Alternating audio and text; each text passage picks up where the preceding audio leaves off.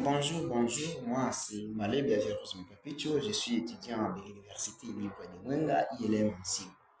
Aujourd'hui, je vais vous parler de quelque chose concernant la discipline. Ici, chez nous, à l'Université libre de Mwenga, on forme, et je vais vous éprouver à propos de ce que moi j'ai dans ma tête. Pour la première fois, on va parler sur le sujet intitulé les sources du droit.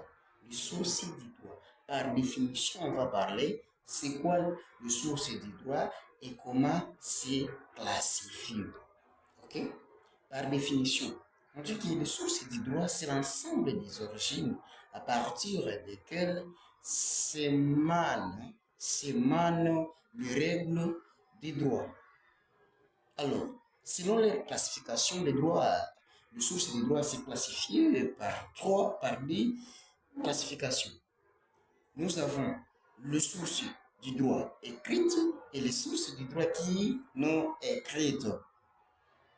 Parmi eux, on va citer d'abord les sources du droit qui est écrite. Nous avons la loi, nous avons la constitution, nous avons les traités internationaux et nous avons aussi les règlements autonomes. Ce sont là les sources du droit qui sont écrites. Et maintenant, ceux qui sont alors non écrits, ce sont là, par exemple, nous avons la coutume, c'est les sources du droit non écrites. Donc, les sources là est matérielle.